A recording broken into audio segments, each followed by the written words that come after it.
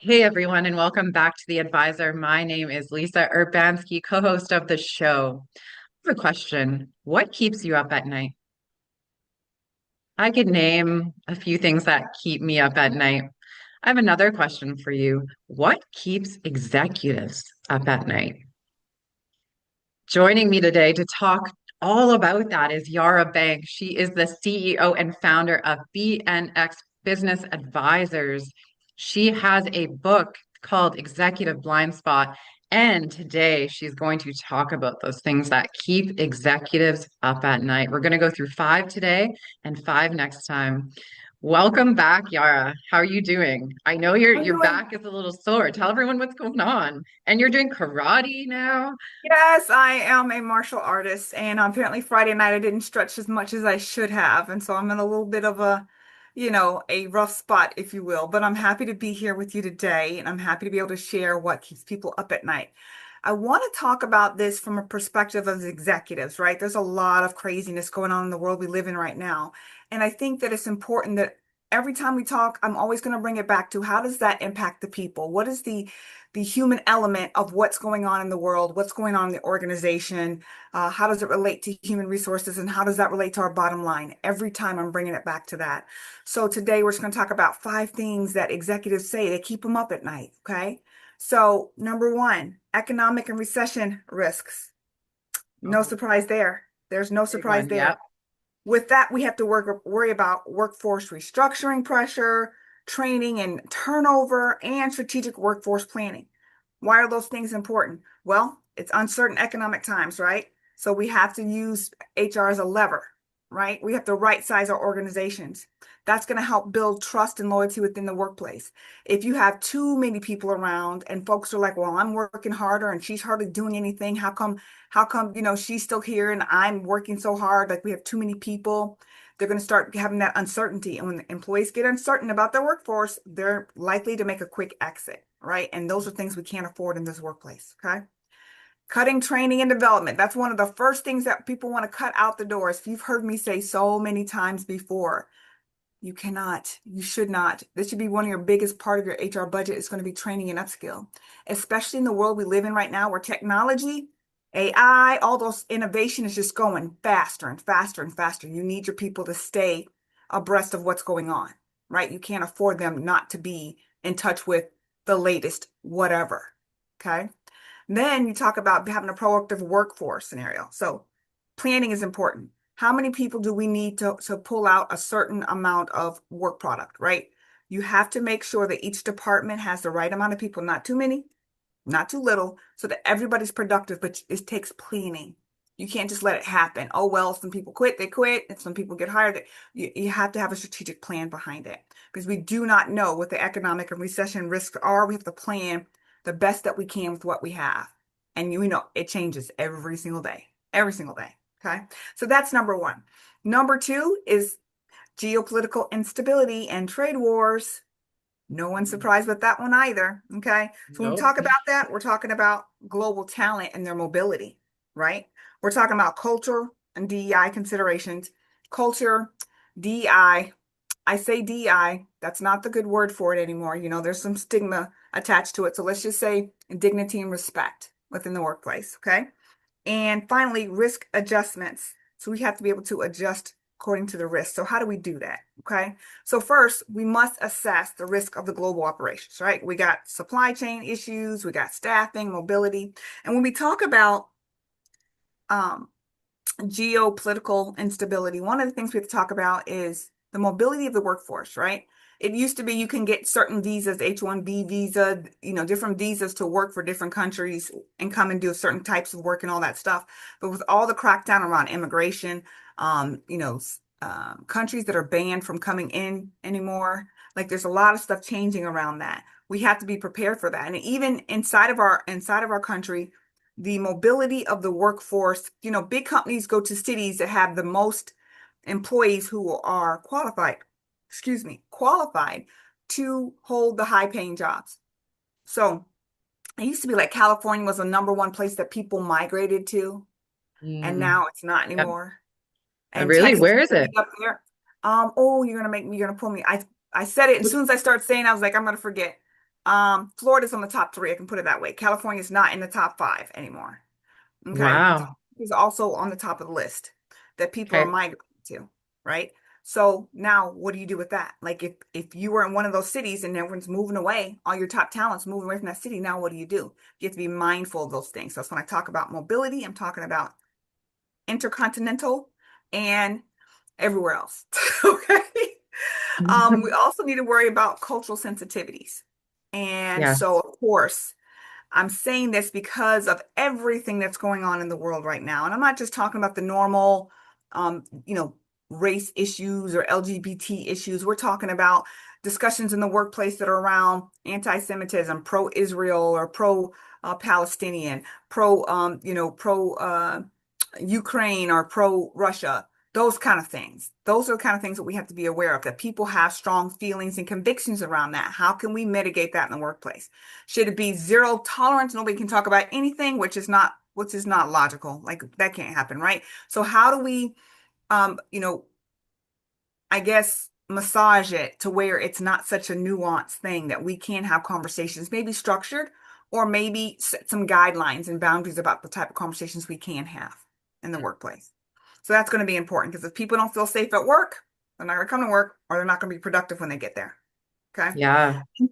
The next piece is about the HR infrastructure, right? When I talked about, So this is um, number four. This is the no, the fourth thing that keeps executives up at night, right? actually, it's only number two. I'm just giving you some, Oh, yes, I'll go a little faster, but I'm just giving you some thought points on it. Okay. So when we wonderful. talk about, because number two is the geopolitical instability, but I want to Right. talk about Yes. within that, how does it frame for HR? So in this case, we talk about mitigating the risk. So you may want to have different areas, especially if you have a global organization, different area have their own HR, decentralized HR. And that way you can mitigate risk one chunk at a time, as opposed to everything being up in flames if something bad happens. Okay. Mm, So that's the number two one. Number three, talent attraction and retention. We cannot afford to let HR just be a cost center. We have to have value behind that. We have to have, I talked about this before, return on investment for people we have inside. We have to start focusing on upskilling so people don't have to leave and we don't have to bring new people in with skills. Do the training in-house. Get yeah. the AI trainers to come to you. Get leadership trainers to come to you so you don't have to send people out or get new employees in with the skills that you need. Keep your workforce upskilled. Okay. Um, Employer brand is very important during this time frame too. Employer brand is very important.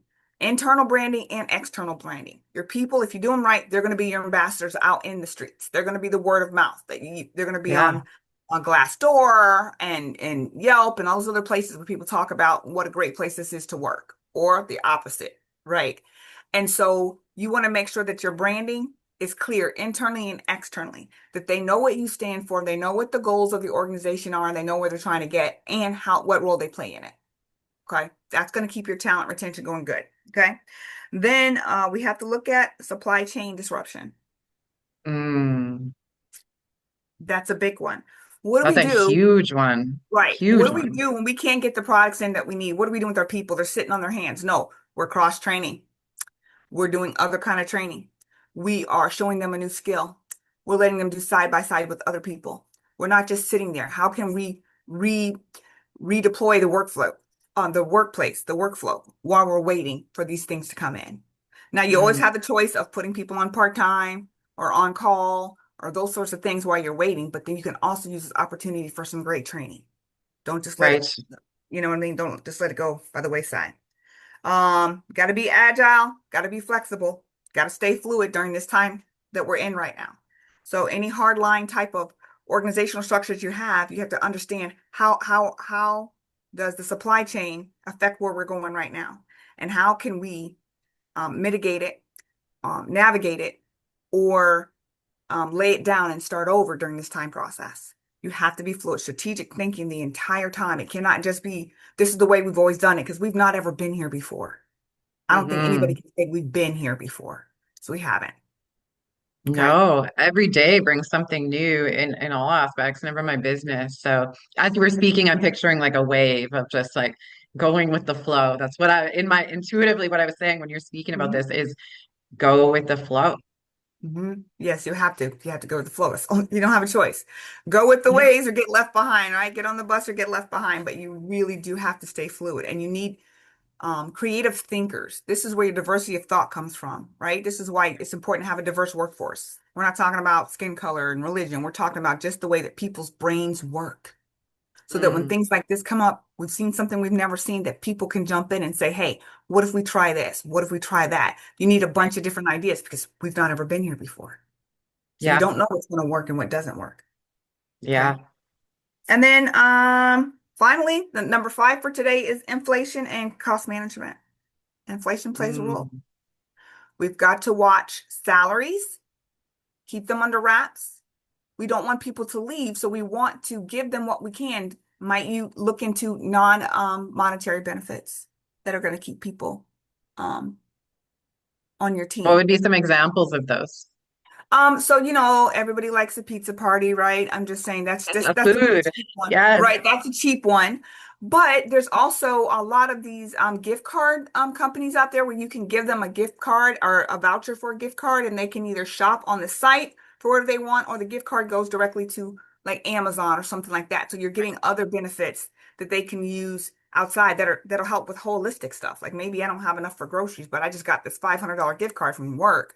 Maybe I can use it. You know what I mean? So Right. different Yeah. things like that. Training is also external training. Like if you're a part of a professional development association, can you sign me up to be a member of American Psychological Association? Can you sign me up Mm, for that? Those are non-monetary benefits. Can I go get a certification? Can I get some extended education? Those kind of things are non-monetary. So what else can we do around that? And a lot of times for the companies, they'll give you bulk discounts. If you say, hey, I got 50 people who want to attend this training, they can give you bulk discounts on that. So it does save money in the long mm, run. So there's just things that you can do that are not necessarily an addition to a paycheck or an everyday thing. So if I raise your salary $1, that's every single hour, every single day. But if I give you a bonus, that's a one-time thing, right? It's a one-time right. thing that is still going to get you the same uh, butterflies and make you feel good about it, but it's just not going to be an everyday thing, right? So we have to Right. think about that. Like, how can we balance those things? Um, I talked about compensation already. And then look at cost smart innovations. What can we cut down on? Like as a whole, do we subscribe to a whole bunch of SaaS platforms? Can we cut down on some of that? Do we need to have 25 things? How overlapped are we with the services that we receive? How are we redundant? Like, look at that. You really have to take a look at ways where you can cut costs in this uncertain time. These are things that are keeping people up at night. And I want them to think, as much as an executive might say, oh gosh, economic and recession risk are keeping me up at night. They're only thinking about the bottom line of the balance sheet. And I want them to think on a broader spectrum. How does this affect the people that make up that bottom line? And how can we make wise decisions when it comes to these things about the people that we employ on our team? Yeah.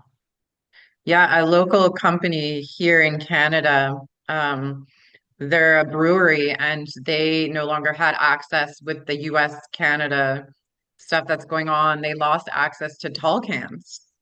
So a Mm. lot of their product was being developed with these tall cans, and the owner of the company was unable to provide them. So they had to come up with a new solution in order to sell their product. And it was interesting to see. And as you're speaking and talking about all this stuff, I'm putting myself in his mindset of the things that were keeping him up at night, how he Hmm. came to a solution and to figure this out and to utilize the tools he had in Canada to figure out what to create or what to do next.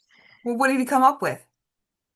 And we ended up finding some in Ontario. So another Canadian company pivoted Okay, there and we go. got the tall cans into Hmm. Canada and then distributed. So it was just a matter of time, Hmm. waiting for the solution to come. You know, sometimes I think we have to wait, and sometimes the solution isn't directly in front of us.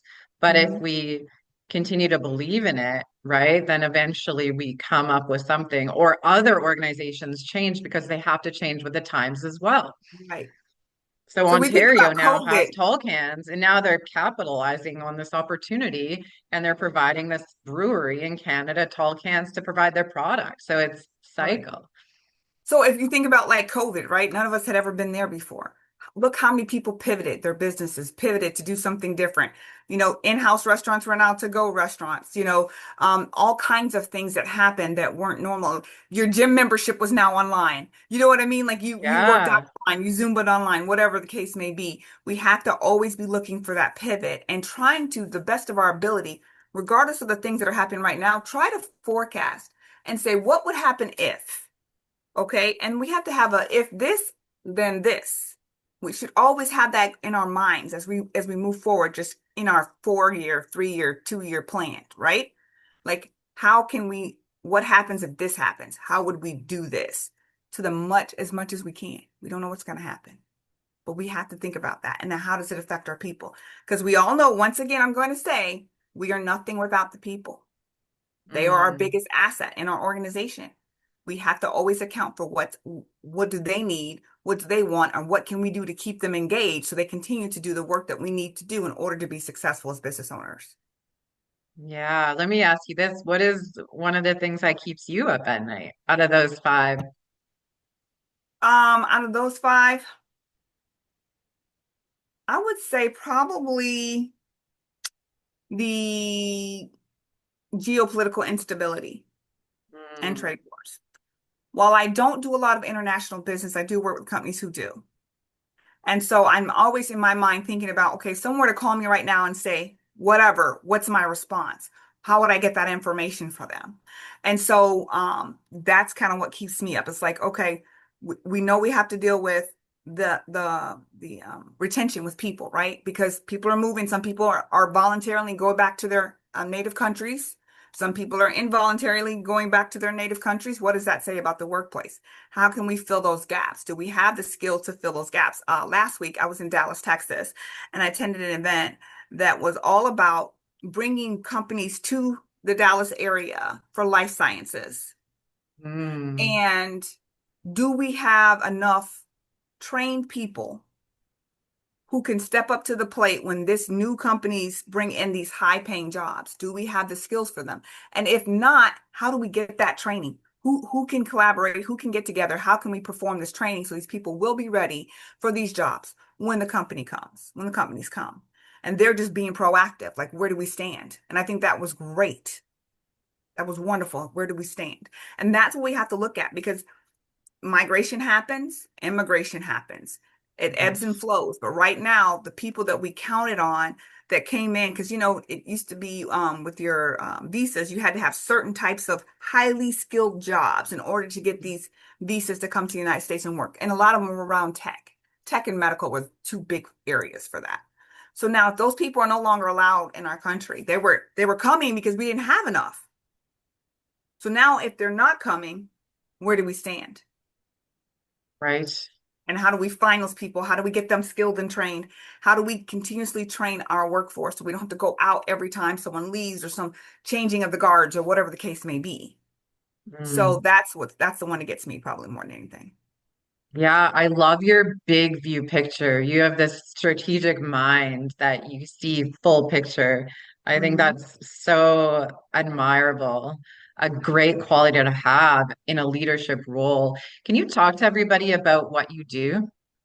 So yes, so I do business consulting or advising. That includes really showing the people aspect of organization, the people into profit, because they're not just a cost center. People is your biggest asset. They better be doing a return on investment, or we're not doing something right. Okay. So I really want to show organizations how to tap into their biggest their biggest asset in their investment, which is the people.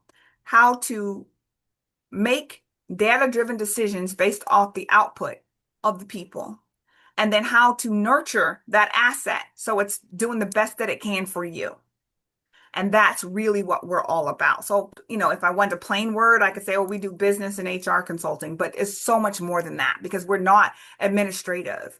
We are tactical and we're strategic when it comes to coming into an organization to assist. Yep. Yeah, and you really illustrated that in our conversation today. Definitely, definitely. So where can people find you to get more information? Sure. So we have a website, bnxba.com. That's BNX Business Advisors, bnxba.com. We are on YouTube. We are on Facebook. We are on LinkedIn. Or you can look me up, Yara Banks, Yara Banks, on all social media. We are looking forward to helping you, answer any questions that you have. We're willing to talk to you. We do consultations for free. We're not one of those people charged just to have a conversation with you because if we can give you value, that's really what it's about. It's really about dropping some value for you. So people can feel free to email Yara B at bnxba.com. That's my email. So you can feel free to email me. Call us up 904 United States, 904-345-0070. We're happy to talk with you and set up an appointment just to kind of talk about what keeps you up at night and how we can help. Amazing. And I just want to quickly touch on your book, Executive Blind Spot. Can you give us a brief synopsis on what that's about? And that also would be on your website. Absolutely. The executive blind spot, how misalignment with HR can cost your bottom line. Exactly what we talked about here today. If you are not using HR as a strategic arm to your organization, you are leaving money on the table. Not only leaving money on the table, but you're losing money. Money's walking out the door. And it's all about what we talked about, people to profits, right? How do we maximize that? And that's really what it's about. The blind spot is that we're not using HR the way we should. Quick, 70% of CEOs polled said they don't understand what HR does. Well, if they don't understand, they're not going to engage. But as HR professionals, we better be ready to step to the plate when they ask us. So it's on us. The onus also is on us to be prepared, to stay upskilled, stay trained, so we know what's the latest and what's going on, so that we can be assistants to the organizations that we partner with. So that's what the Beautiful. Black Spot's about. Yes. Beautiful, beautiful. So before we let you go rest your sore back, what is something you want to leave the audience with today, after we had our conversation? I think that I want to leave the audience with today is imagine the possibilities and then solve for it. Imagine the possibilities and solve for it. I think that's the I best thing love I can that. say. I love that. Um, it's the focus on big picture as we talked about today. Amazing. I know it keeps me up at night is lately the new sounds of the new space I'm in. So um, but I try and do what you say, like keep an eye on the big picture and not get Hmm. caught up in the little things. Hmm. Gosh, it was so good to see you. Thank you so much for being here today and for adding Thank so much you. value to the show and for sharing your wisdom and your knowledge. It's always a pleasure. Thank you. I surely appreciate you. Amazing. And to our audience, thank you for tuning in. You just heard from Yara Banks. Her website and contact information will be in the show notes for you to look her up easily. Don't let these things keep you up at night. We are giving you a solution. So I ask you to pay attention. And if you have not yet, please do not forget to like and subscribe before you leave today. Until next time, my name is Lisa Urbanski with The Advisor. Bye. Sleep well. Bye-bye. Yeah, that was good.